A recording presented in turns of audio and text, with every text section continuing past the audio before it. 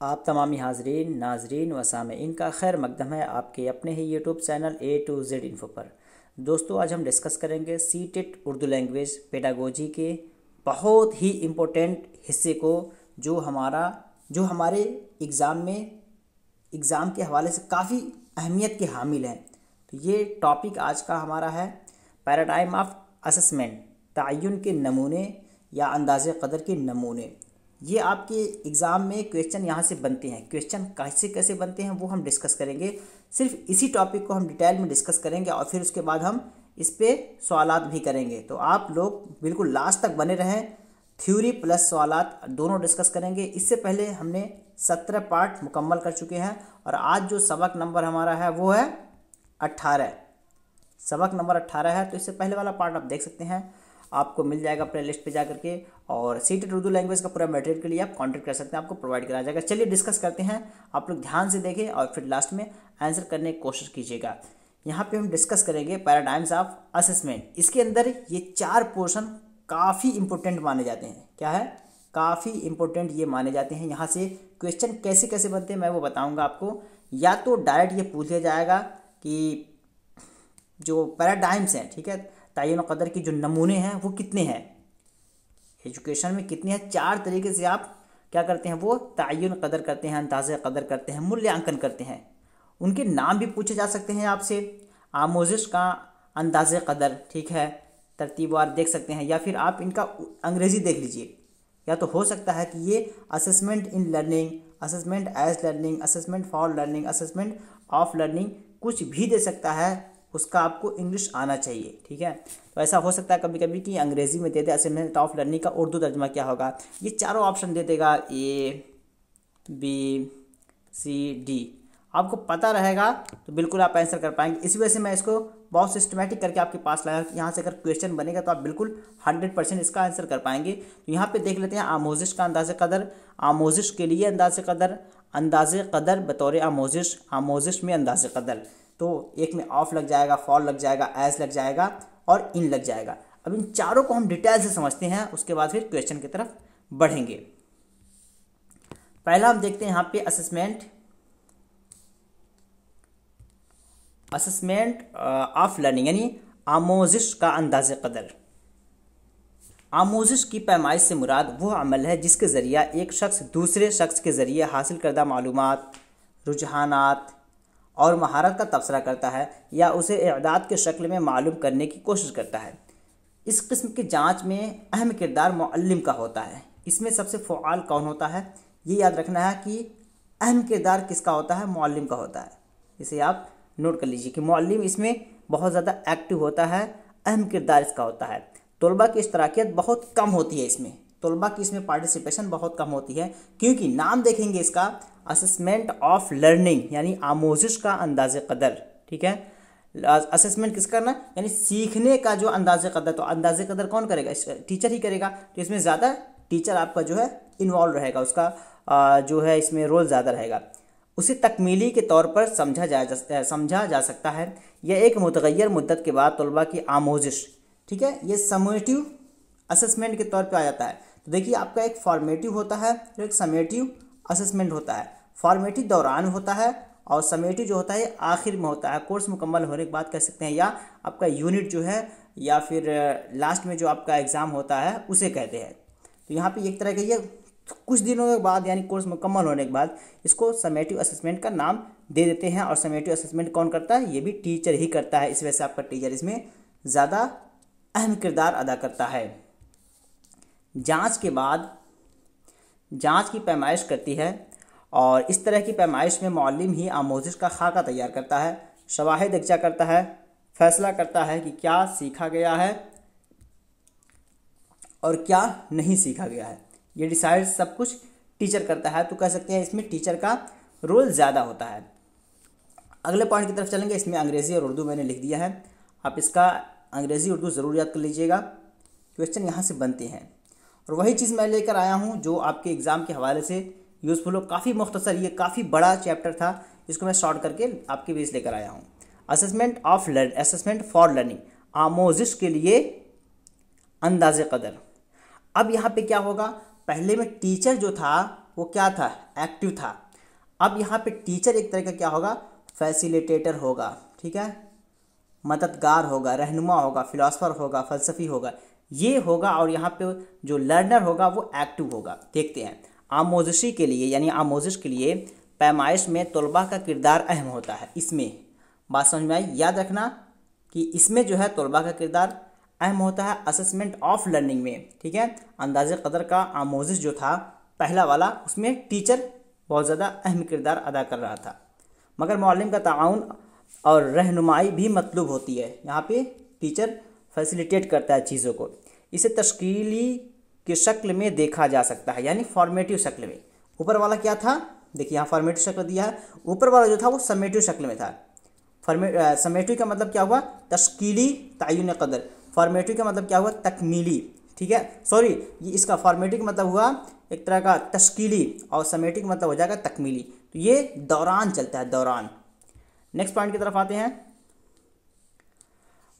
ये मुअल्लिम को और तलबा को आगाह करने वाले फॉर्मेटिव असेसमेंट जांच के तौर पर देखा जाता है। इसमें तलबा की दर्जा बंदी और नंबरात की तकसीम के मकाम पर उन्हें मुनासिब सलाह मशवरा फराहम किया जाता है।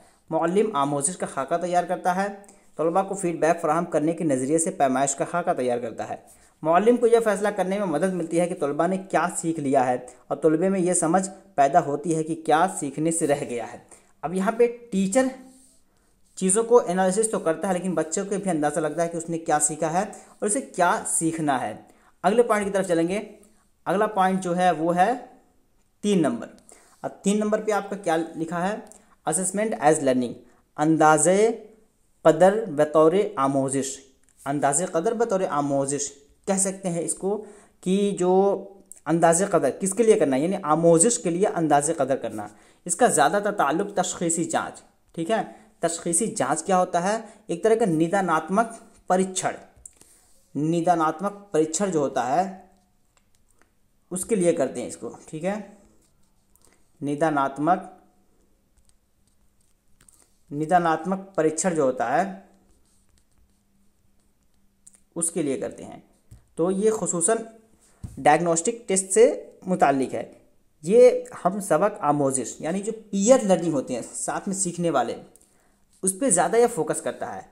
पैमाइश बतौर आमोज़िश से ख़ुद के अंदाज़े क़दर, सेल्फ इवेल्यूएशन, इसमें क्या होता है, स्वयं मूल्यांकन, यानी अपना जो है ख़ुद का जायज़ा लेना, ख़ुद के बारे में परखना, ख़ुद का अंदाज़ा लगाना, और साथियों के अंदाज़े क़दर और अपने दोस्तों के बारे में परखना, अंदाज़ा लगाना, तय्युन क़दर करने के मौक़े हासिल होते हैं।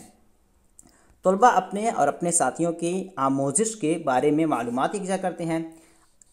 तलबा अपने साथियों के बारे में मालूमात करते हैं, इसका मतलब अपने पीयर ग्रुप के बारे में मालूमात हासिल करते हैं, और सारी इन्फॉर्मेशन को यकजा करने की इजाफी ज़िम्मेदारी भी इनके ऊपर हो जाती है कि वो सारी चीज़ों के बारे में पता करें। मुअल्लिम और तलबा मिलकर आमोज़िश करते हैं, इसमें दोनों का इन्वॉल्वमेंट होता है, ठीक है। इसमें ना बहुत ज़्यादा टीचर हावी होता है ना बच्चा, बल्कि दोनों का कोऑपरेशन होता है सीखने में। मिलकर अंदाज़ा क़दर करते हैं और मिलकर आमोज़िशी तरक्की का नक्शा तैयार करते हैं। यह तदरीस व आमोज़िश अमल का हिस्सा होना चाहिए ताकि तलबा की बाज़ रसी हासिल हो, वह नज़रसानी कर सके और दोबारा से सीख सकें। तो इसमें क्या होना चाहिए, यह तदरीस व आमोज़िश अमल का हिस्सा होना चाहिए। तदरीस जो है एक तरह का आमोज़िश के अमल का हिस्सा होना चाहिए, ताकि क्या हो सके, इसमें बाज़ रसी मतलब फ़ीडबैक, ठीक है, फीडबैक मिल सके, उसमें रिव्यू कर सके, उसको जान सके कहाँ कमी है, कहाँ पे हमें और फर्दर मज़ीद कोशिश करने की ज़रूरत है। इस वजह से अंदाज़े क़दर बतौर आमोज़िश या असेसमेंट एज लर्निंग किया जाता है। ये PDF मिल जाएगा, जो लोग पेड मेंबर लिए हैं उनको बिल्कुल ये मिल जाएगा। और अगर आप लोग भी चाह रहे हैं कि आपको मतलब शॉर्ट नोट मिले, बिल्कुल आप ले सकते हैं। 100 रुपीज़ इसका मेंबरशिप है, ठीक है। तो आप लोग 100 रुपये के माध्यम से ये ले सकते हैं। पूरा सीटेड का आपको शॉर्ट में नोट मिलता रहेगा, जिससे आपकी तैयारी अच्छी हो जाएगी। लास्ट पॉइंट देखते हैं, असेसमेंट इन लर्निंग, आमोज़िश में अंदाज़े क़दर, यानी असेसमेंट किस में करना, लर्निंग में, सीखने में अंदाज़े क़दर करना, मूल्यांकन करना। इसमें देखते हैं आमोज़िश में अंदाज़े क़दर। आमोज़िश में अंदाज़े क़दर का ताल्लुक़ सही जवाब पर मरकूज़ ना होकर बच्चे के सवाल पैदा करने की सलाहियत पर मरकूज़ होता है। एक चीज़ ये है कि ये असेसमेंट इन लर्निंग, बच्चा सीख कैसे रहा है, बच्चे के सीखने के दरमियान क्रिएटिविटी डेवलप हो रही है कि नहीं, बच्चे सोच पा रहे हैं कि नहीं सोच पा रहे हैं, इन चीज़ों पे डायरेक्ट सवाल जवाब का मेथड ये पुराना है। बच्चे को बता देना, बच्चे इसमें दिमाग नहीं लगाते हैं, बल्कि बच्चे के सवाल पैदा करने की सलाहियत पे मरकूज़ करना, बच्चा सोच रहा है कि नहीं, अपने दिमाग से चीज़ों को क्रिएट कर रहा है कि नहीं, इस पे ये काम करता है, इस चीज़ का जायज़ा लेता है, इस चीज़ का मूल्यांकन करता है। पूछताछ के ज़रिए बच्चे इस अमल में मसरूफ़ रहते हैं। किसके ज़रिए मसरूफ़ रहते हैं? पूछताछ के ज़रिए समझते हैं, परखते हैं कि क्या सीखा क्या नहीं सीखा गया। अब क्या होता है, बेसिकली आप लोगों में भी सीटेट का आप लोग तैयारी कर रहे हैं, या फिर आप वेस्ट बंगाल टेट, ठीक है, वेस्ट बंगाल टेट जो लोग तैयारी कर रहे हैं वो लोग भी ले सकते हैं, क्योंकि वहाँ पे जो पेडागोजी का क्वेश्चन है बिल्कुल सीटेट से या कह सकते हैं सीटेट का जो पेडागोजी है, सीटेट का पेडागोजी अगर आप पढ़ ले रहे हैं तो किसी भी स्टेट का जो उर्दू के क्वेश्चंस होते हैं इससे बाहर नहीं जाएंगे। तो किसी भी स्टेट के लिए उर्दू के लिए आप देने जा रहे हैं एग्ज़ाम, वहाँ पे पेडागोजी क्वेश्चन आएंगे, तो सीटेट का आप पढ़ के जाइए, उससे बाहर नहीं जाएगा। सीटेट का जो क्वेश्चन काफ़ी स्टैंडर्ड होता है, इससे बाहर कोई नहीं एग्ज़ाम का जाता है। तो ये वेस्ट बंगाल टेट के लिए और सीटेट के लिए, दोनों के लिए ये वीडियो मुफीद है और पीडीएफ भी उनके लिए मुफीद है। तो ये कह सकते हैं कि इसमें क्या होता है, इनकी आमोजिश में बाज़रसी फराहम होती है, फीडबैक मिलता है एक दूसरे को। ये सवालात मुख्तलिफ़ सरगर्मी और ज़राए से पैदा होते हैं जो कि दीगर आमोजिशी सरगर्मियों में सवालात और पूछताछ की सिमत का तयन करते हैं। इसमें आमोजिश का मरकज़ तालिब इल्म होता है, ठीक है, यानी बच्चे को इसमें ध्यान में रखते हैं, जहन में हम रखते हैं कि बच्चा सिर्फ सवाल जवाब तो नहीं कर रहा है, सीखने के दौरान उसके अंदर सवाल बनाने की सलाहियत, सवाल पूछने की सलाहियत, नए नए सवाल खोज करने की सलाहियत पैदा हो रही है कि नहीं, इस चीज़ को हम जांचने की कोशिश करते हैं। तालिबे इल्म आमोजिश की निगरानी, जांच और रद्द-ए-अमल का इजहार करता है। वो अपने लिए और दीगर अफराद के लिए आमोजिश का मुजाहरा करता है। मुअल्लिम का किरदार एक नासिह और रहनुमा का होता है। तो अब देखेंगे, जहाँ कहीं बच्चे को हम सीखने के मौके फ़राहम करते हैं, क्या करते हैं, सीखने के मौके फ़राहम करते हैं, वहाँ पे टीचर का जो रोल होता है वो रहनुमा का होता है, फैसिलिटेटर का होता है, फ़िलासफ़र का होता है, दोस्ताना का होता है, ये सारी चीज़ मिलते हैं। और एनसीएफ भी इस चीज़ पे फोकस करता है कि टीचर को फैसिलिटेटर, फ़िलासफ़र, दोस्त, फ्रेंड होना चाहिए। टीचर को टीचर नहीं होना चाहिए जिस माने में कि टीचर इस्तेमाल किया जाता है कि बच्चे टीचर से डरते हैं, तो ये बातें नहीं होनी चाहिए। और टीचर को टीचर के बजाय दोस्त, फ्रेंड, फ़िलासफ़र कहा जाए तो बेहतर है। तो ये 4 टर्म हैं जो आपको याद रखने हैं एग्ज़ाम के हवाले से। अब चलते हैं क्वेश्चन करते हैं। क्वेश्चन में आप लोग आंसर करने की कोशिश कीजिएगा, सभी लोग, जितने लोग देख रहे हैं, और लोगों को भी शेयर कर दें ताकि वो लोग भी इस वीडियो से फ़ायदा उठा सके। चलिए, पहला सवाल आपके सामने है।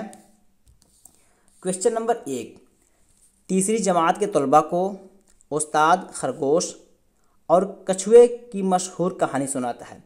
सवाल पहले आराम से सुने फिर आंसर कीजिएगा। खरगोश, अब यहाँ से कहानी बताई जा रही है। खरगोश कछुए की सुस्त रफ्तारी का मजाक उड़ाता है। दोनों के बीच मुकाबला होता है। खरगोश बहुत तेज़ी से दौड़ता है, लेकिन अपने ऊपर ज़्यादा एतमाद के बाअस बीच रास्ते में सो जाता है।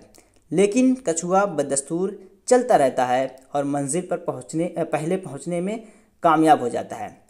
देखिए दोस्तों, ये कहानी आप लोग भी सुने होंगे। इसमें क्या होता है, खरगोश जो है वो कुछ ज़्यादा ही और स्मार्ट बनता है, सोचता है मेरी स्पीड तो ज़्यादा है, और वो कछुए से आगे निकल जाता है। रास्ते में जाके वो एक जगह सो जाता है। इसलिए सो जाता है कि जब तक वो कछुआ यहाँ पे आएगा मैं अपनी नींद पूरी करके उठ के चलने लगूँगा। इस चक्कर में वो सो गया, और कछुए की जो चाल थी वो चल तो आहिस्ता रह रहा था, लेकिन वो कंटिन्यू चलता रहा, वो कहीं रुका नहीं, आराम नहीं किया। तो इस वजह से वो पहले मंजिल को पहुँच जाता है। तो इस कहानी के ज़रिया उस्ताद बच्चे को क्या बताना चाहता है, ये कहानी सुनाया तो क्या बताना चाह रहा है। ए में देखते हैं ऑप्शन, उस्ताद तलबा से पूछता है कि मुकाबले के दौरान कौन रास्ते में सो गया, आखिर में किसकी जीत हुई, वगैरह वगैरह, इस तरह के सवाल किया।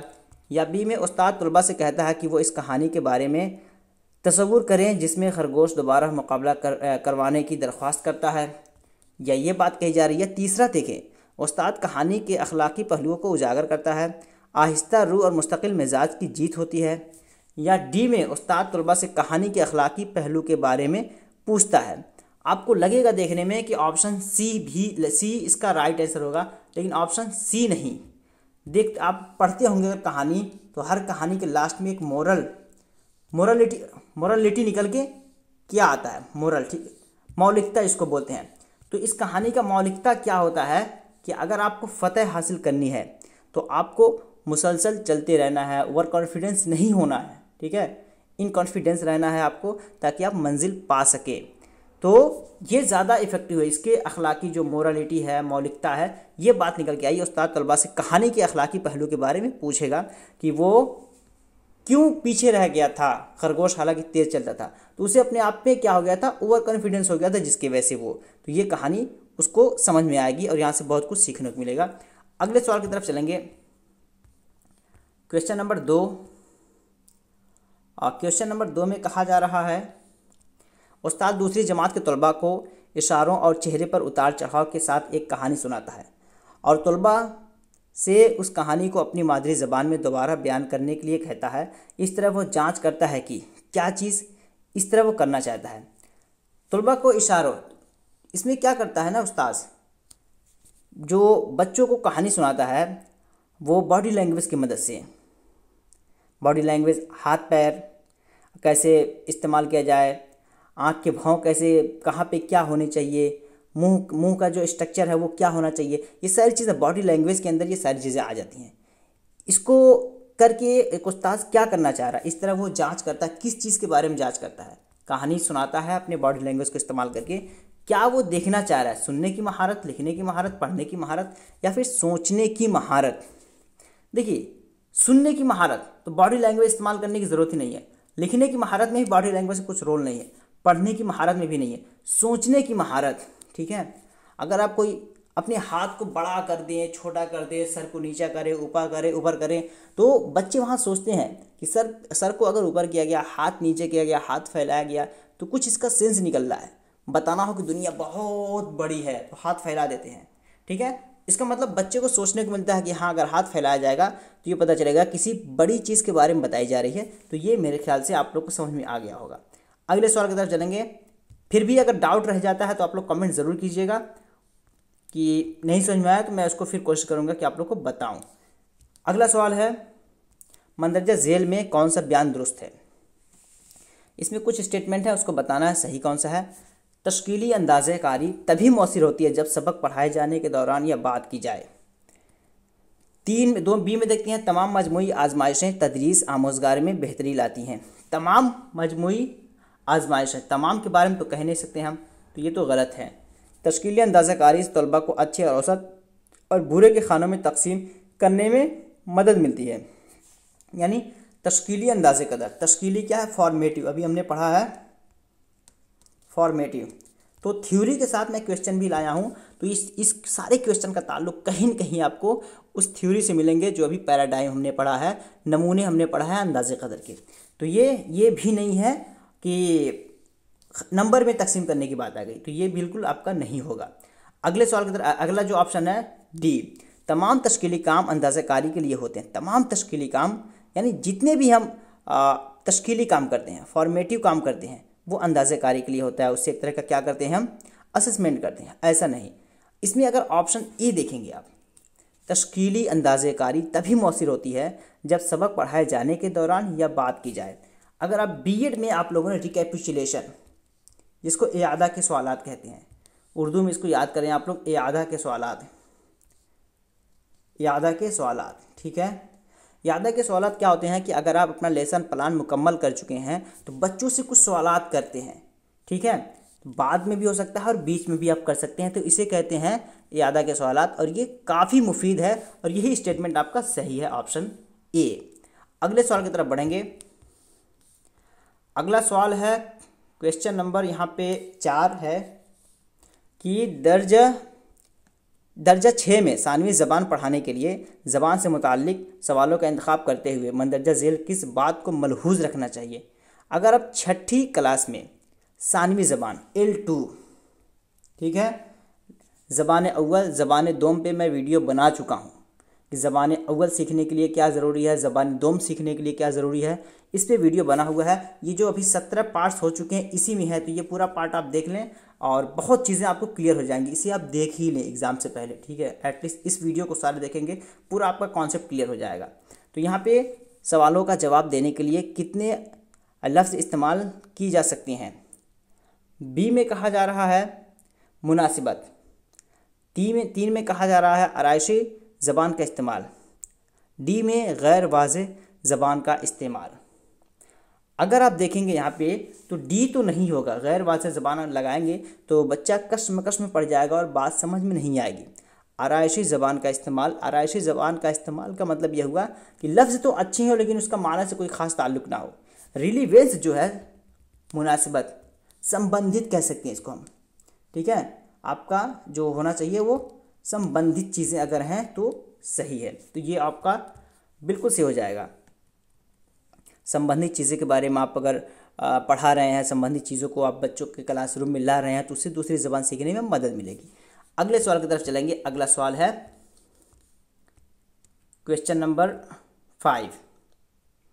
क्वेश्चन नंबर 5 में कहा जा रहा है ज़बान की आमोजिश में इजाफ़ा हो सकता है अगर, यानी ज़बान सीखने में और तेज़ी आ सकती है, मदद मिल सकती है अगर, किसकी वजह से?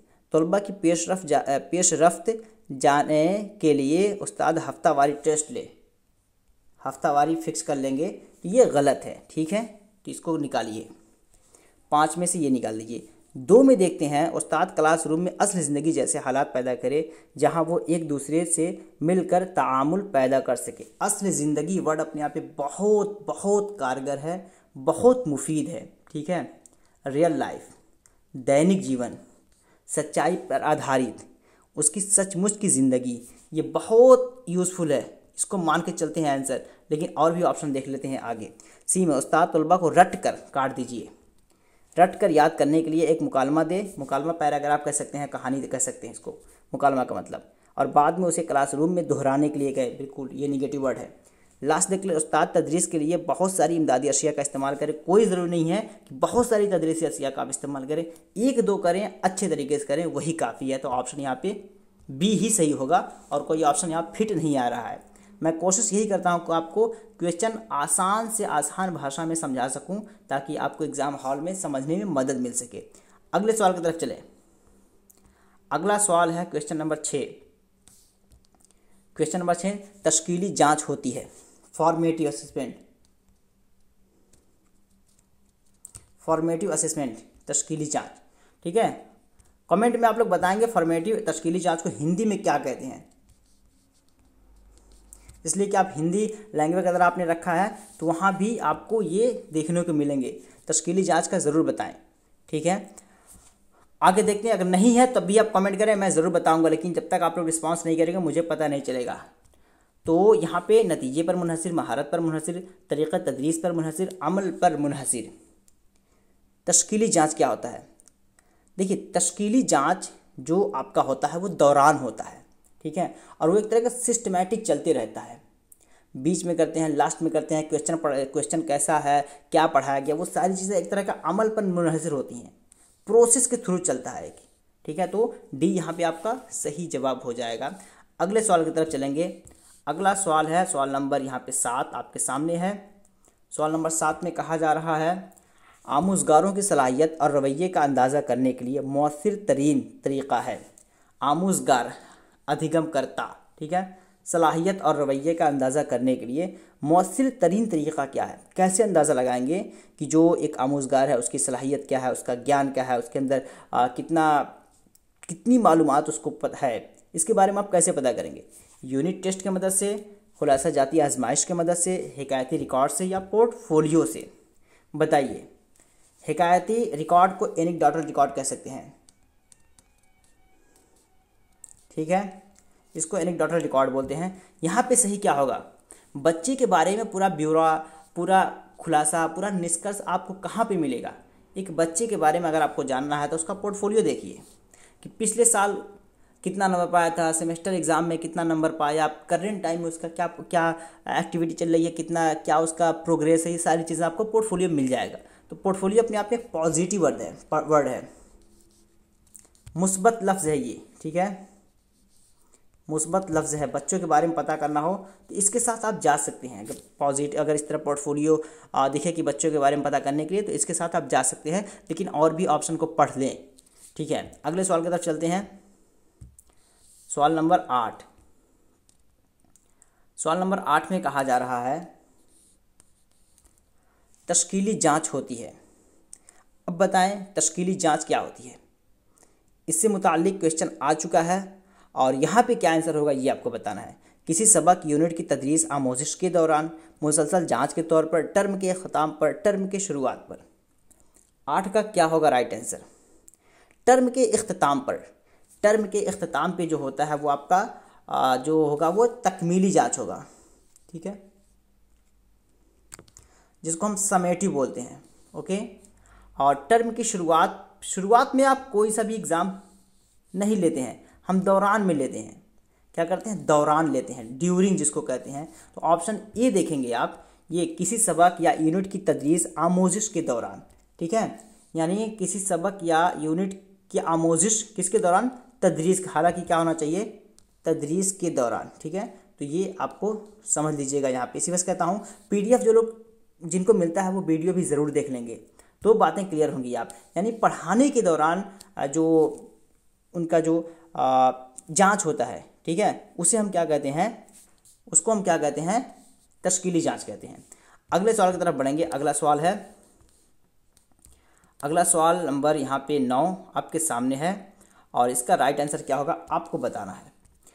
किस किस्म के सवालात बच्चों में सोचने के अमल को फ़रोग़ देते हैं? सोचने के अमल, सोचने विचारने का अमल बच्चों में फ़रोग़ होता है किस किस्म के सवालात से? सिर्फ काट दीजिए, ठीक है। आपको यहाँ पे क्या रखना है? सिर्फ का नाम जैसे है आपको काट देना है। ज़ाती गौर फ़िक्र को मुतहर्रिक करने वाले सवाल, हतमी नौइयत के सवालात, वाक़याती। अब देखेंगे इसमें इफ़ेक्टिव क्या है। ज़ाती गौर फ़िक्र, यानी ज़ाती गौर फ़िक्र मतलब क्या हुआ? हकीकी ज़िंदगी। वर्ड आया था असल ज़िंदगी, ये कहीं ना कहीं वहीं से ये लफ्ज़ जुड़ा हुआ, असल ज़िंदगी। तो असल ज़िंदगी असल ज़िंदगी से जो चीज़ें मिली जुली हैं उन चीज़ों के बारे में बताने से बच्चे उसके बारे में सोच पाएंगे। कोई बच्चा अगर ऐसे पिछड़े इलाके से आ रहा है, ठीक है, और उसे आप अगर अमेरिका इंग्लैंड की मिसाल देंगे नहीं समझ में आएगा। उसको अगर झोपड़ी की मिसाल आप देंगे, किसकी? झोपड़ी की, तो वो आसानी से समझ पाएगा क्योंकि वो उसमें रहता है। तो ये ज़ाती गौर फ़िक्र को मुतहर्रिक करने वाले सवालात होने चाहिए। अगले सवाल की तरफ चलेंगे और आज का जो 10 नंबर क्वेश्चन है वो है जांच का मेयार है। जांच का मेयार क्या है? जांच का जो मेयार होता है वो स्केल कह सकते हैं, पैमाना कह सकते हैं, वो क्या है? एक तरह का अंदाज़े की गाइडलाइन है, सवाल के मुताबिक नंबरों की तकसीम है, तालिब इल्म की सलाहियत का आम असर, अंदाज़े कदर के ज़राए। तो क्या होता है? जांच का जो मेयार होता है इसके ज़रिए आप बच्चों के जो नंबरात पता करते हैं वो 100% सही हो सकते हैं? बिल्कुल नहीं। जांच की मदद से ये नहीं कह सकते हैं कि अगर किसी बच्चे का नंबर अंग्रेज़ी में 100 में 98 आ गया तो ज़रूरी नहीं है कि वो बहुत एक्सपर्ट हो सकता है कि एग्ज़ाम के लिए वो रट लिया हो। कुछ बच्चा बहुत अच्छा है लेकिन उसका जहन काम ना किया हो, या किताबी बातों को वो एग्ज़ाम हॉल में नहीं लिख पाया, जिसकी वजह से उसका कितना नंबर आया? उसका सिर्फ 100 में से 50 नंबर आया। तो ये तो कह नहीं सकते कि उसको नॉलेज नहीं है, नॉलेज है बट ऑन द स्पॉट वो परफॉर्मेंस नहीं कर पाया। तो ये चीज़ें हो गई। तो यहाँ पे अगर आप देखेंगे 10 का अंदाज़े कदर का एक तरह गाइडलाइन है, ठीक है। CCE आपका चलता रहेगा। और अभी उसके अलावा फिर हमने देखा है असेसमेंट के, assessment of learning, assessment for learning, assessment as learning, assessment in learning, ठीक है। और इसमें असेसमेंट का फिर कह सकते हैं कि आमोजिश का तयन कदर, आमोजिश के लिए तयन कदर, आमोजिश में तयन कदर बतौर आमोजिश, ये चारों जो हैं आपके लिए बहुत इम्पोर्टेंट हैं। तो इसे आप बिल्कुल जहन में रखें और बिल्कुल आप मेंबरशिप ले सकते हैं हमारे यहाँ, जिसमें आपको क्या होगा, सीटेट के जितने मटेरियल्स होंगे वो आपको उर्दू लैंग्वेज का प्रोवाइड कराया जाएगा। तो चलिए फिर मिलते हैं नेक्स्ट वीडियो में, तब तक के लिए हैव अ नाइस डे, अल्लाह हाफिज़, टेक केयर।